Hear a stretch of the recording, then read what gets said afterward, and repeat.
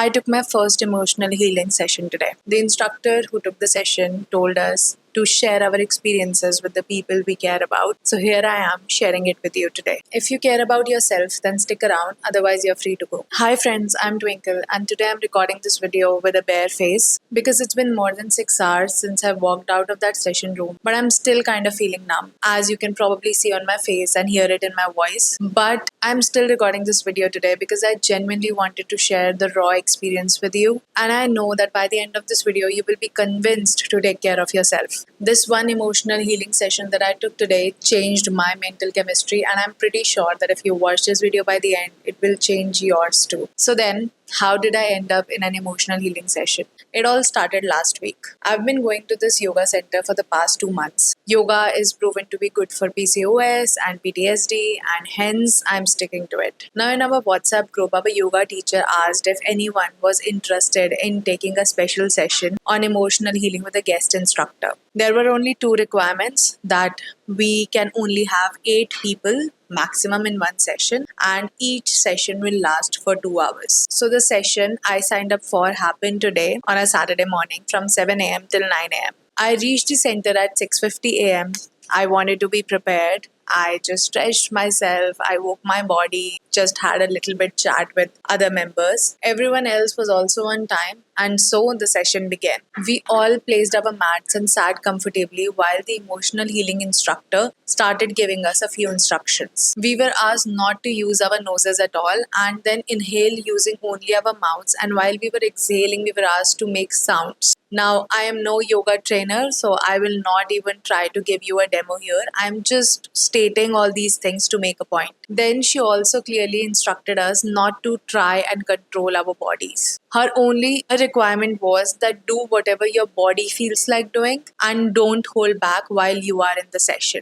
That's what she said. And then she asked us to lie down on our backs, put on our eye masks, and start breathing. While we had our eye masks on, she then told us that this breathing exercise we have to continue for 20-25 minutes at least. Then she started playing loud music, primarily chants and yogic beats. Now, if you haven't been to such an experience before, I am going to tell you from my experience that it's just all gonna feel very weird. And let me run you through how I felt every minute since the session started. Initially, I was very distracted. In my head, I was thinking about the email I had to send, the meetings I need to have, the outing I had to plan with my friends. No matter how hard I tried to focus on my breath, my attention kept swaying away. Now, I knew from some of the previous yoga recordings that had been shared with us that the yoga instructor is going to come to us one by one, and then she's probably going to touch us. She's probably going to, relax our body parts. I knew that. And then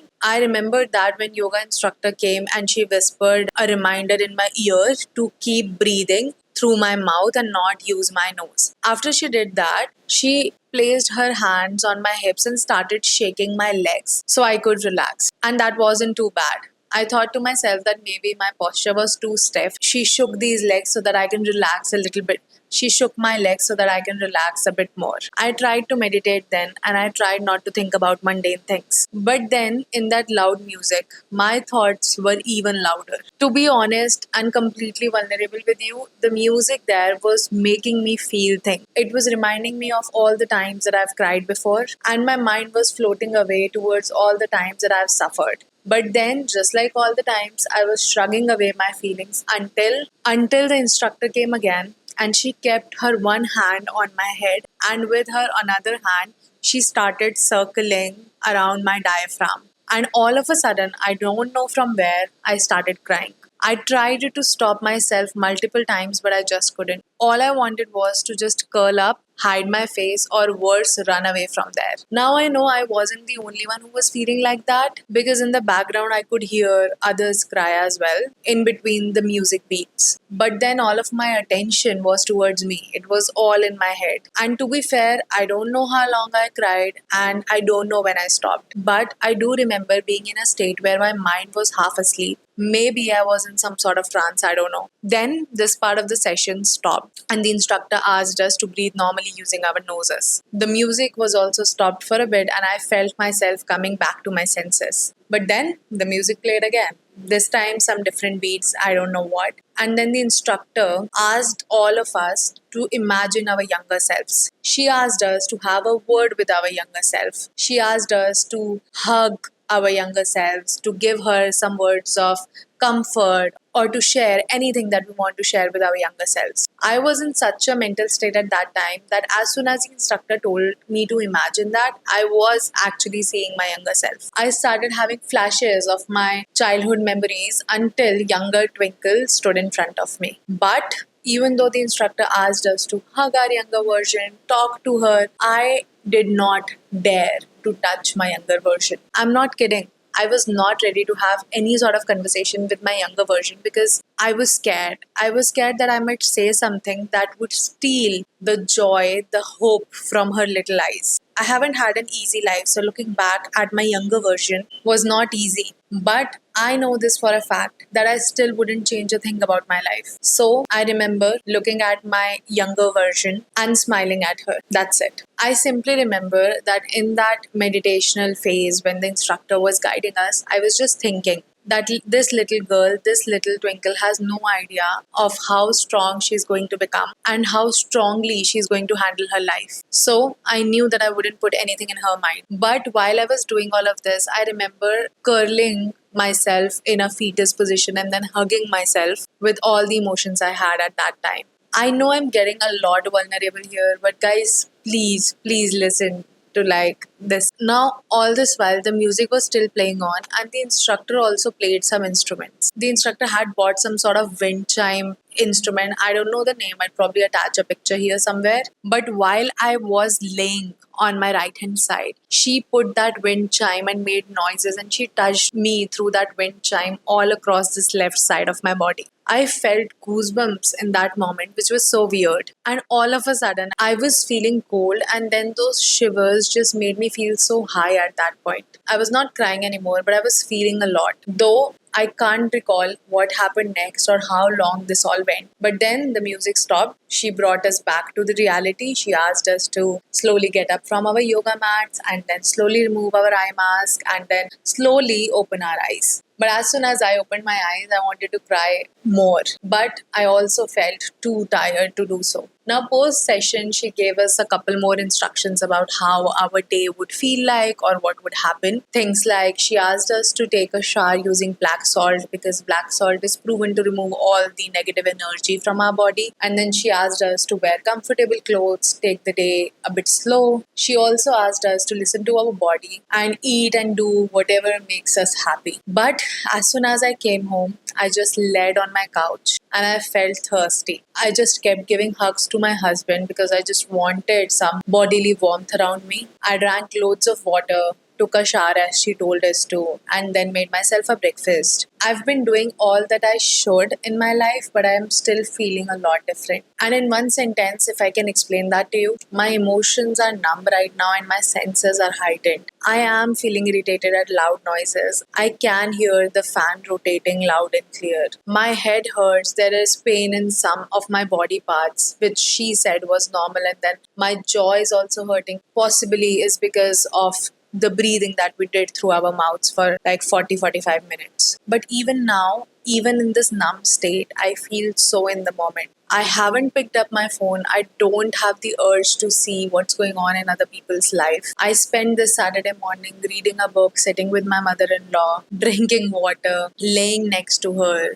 quietly, taking it all slow. But then I sat down to also do some journaling. I still have got like ink marks on my hand. And then when I wrote it all on the journal, let me also share my reflections session and what I think about it. See, I know that trauma is actually held by our body and it is not held by our mind and our heart. A trigger that initiates a trauma is not a mental response, it's actually a physical cue. Now, that means that our body remembers things, our body keeps score. Let me also share a story of a friend here. Last year, she was in the middle of a breakup. She was going through a lot of relationship changes, and her parents were asking her to do a arranged marriage. And while she was going through all of this, she started having pain in her lower back. She went to a physiotherapist thinking that she might need some physiotherapy so that the pain in her lower back might go away. She assumed that it was happening because of her long sedentary work hours, but the physiotherapist told her that it is all stress which has been held in her muscles because her body has frozen in the moments of whenever she felt stressed, and her muscle remembers that stress, which is now causing her the back pain. So the physiotherapists themselves told her that if she wants to get rid of this back pain, she must learn how to manage her stress. And I'm pretty sure that you all must have also felt this way whenever you had some sort of specific incident or some stressful event. After that, a part of your body would probably start hurting. It could be your head, it could be your hands. Like I remember in my early 20s, whenever I would feel sad, the pain would shoot up entirely in my left hand. Touch wood, it doesn't happen anymore because it's very horrible. But yeah, I remember having pain in my left arm, so much so that I couldn't really lift it up. Yeah, our body does have a response to every stressful event that is happening with us. I would like to think of myself as an intellectual woman who doesn't believe in superstition or in woo woo things, but I'm also religious and I truly heavily believe in energy. I have read books about it, and whenever I read, I like to apply things in my life. And one of the books that has left the biggest impact on me is this book by Joe Dispenza, Becoming Supernatural. And right now, as well, I'm reading another one of his books, which is called Breaking the Habit of Being Yourself. And in that book as well, I am reading how our mind has the power to control our body, but because our body makes up like most of us and our mind is just here, our body, through our years of experiences, starts controlling our mind. So here's what is happening. Whenever an event happens, your mind registers it, but then every time you are repeating it in your mind, your body starts storing that information. Your mind might forget that information, it might move past it, but your body, since it occupies this much space, holds it in one or the other corner. And whenever something similar happens, your body starts firing and wiring the same neurons, which then makes you feel like the event is happening again. And this habit, done repeatedly over time, builds up in you. This is exactly how your body starts controlling your mind. And you know what? Whenever something wrong is happening, your body always has its way of telling you. That's why even the most successful people always say that whenever you are at crossroads, always listen to your gut. I've also seen people have a lot of gut issues, even though in the medical reports everything might seem normal. Those gut issues usually stem in their life whenever they have something stressful going on for a longer period of time. It all happens because your body wants you to be aligned with it. And whenever you are not aligned to this physical existence of your body, things fall apart. And you know what baffled me the most after the session is that there is this classic women mindset wherein we want to make ourselves happy by buying clothes, buying skincare, going to an expensive restaurant, punching our cards in a bar, having a couple of drinks with our friends, and all of that is justified in our mind. But when we have to spend money in therapy, taking a doctor's consultation, going to certain sessions which might heal our body and our soul, we talk ourselves out of it. We think that it is going to impact our finances and we don't have money for that. On the contrary, we have money for all the materialistic things which are just going to make us feel that we are healing on the surface, whereas we are not. Retail therapy is not therapy. Skincare is not therapy. Getting drunk and busted out with friends is not therapy. And no, I am not a saint. I used to do all of these things. I even made videos about these realization and these topics. But for the past 6 to 8 months, I have been trying actively to detox every part of my being. I am keeping a watch on what I'm eating. I'm keeping a watch on what I'm consuming mentally. I'm keeping a watch on the type of people I'm surrounding myself with and the thoughts that I'm allowing in my mind. And that's why I'm taking these active participation in these sessions like emotional healing. And ever since I've started listening to my body and I've started paying attention to like what it wants, I have been forcing myself through various resources to discover myself. I'm taking active actions to discover who I am, because the biggest discovery a human can do in a lifetime is self-discovery. And if that means to invest my money in therapy of all sorts, then be it. Discovering yourself, knowing yourself is not a comfortable journey. I am onto it. I have been through it. I have taken therapy. I know that it is a very, very uncomfortable route. You are going to realize a lot of things. You have to shed your skin. You have to adapt new ways of life. And all of this learning and unlearning process is always gonna make you feel like you're walking on eggshells. But is it worth it? I 100% think it is. So, if you have made it this far, I want you to think about how you can invest money in yourself. And by investing money,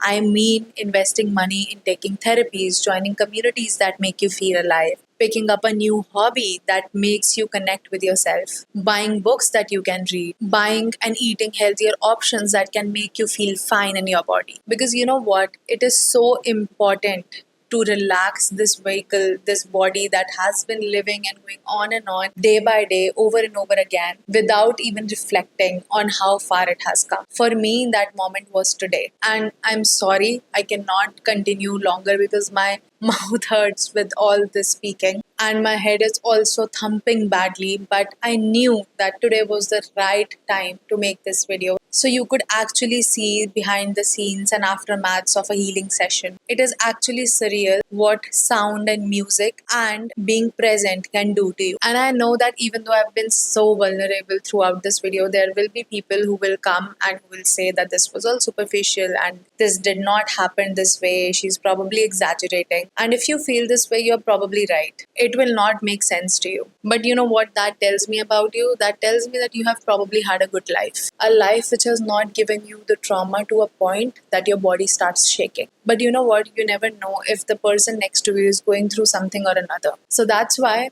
as a viewer of this video, as a subscriber to my channel, as a part of my community, I request you to stay kind to people. And also, please, please invest in yourself. Read more books, do physical exercise, book healing sessions, do everything that brings you close to yourself and makes you stay more in the present. I will see you in the next video.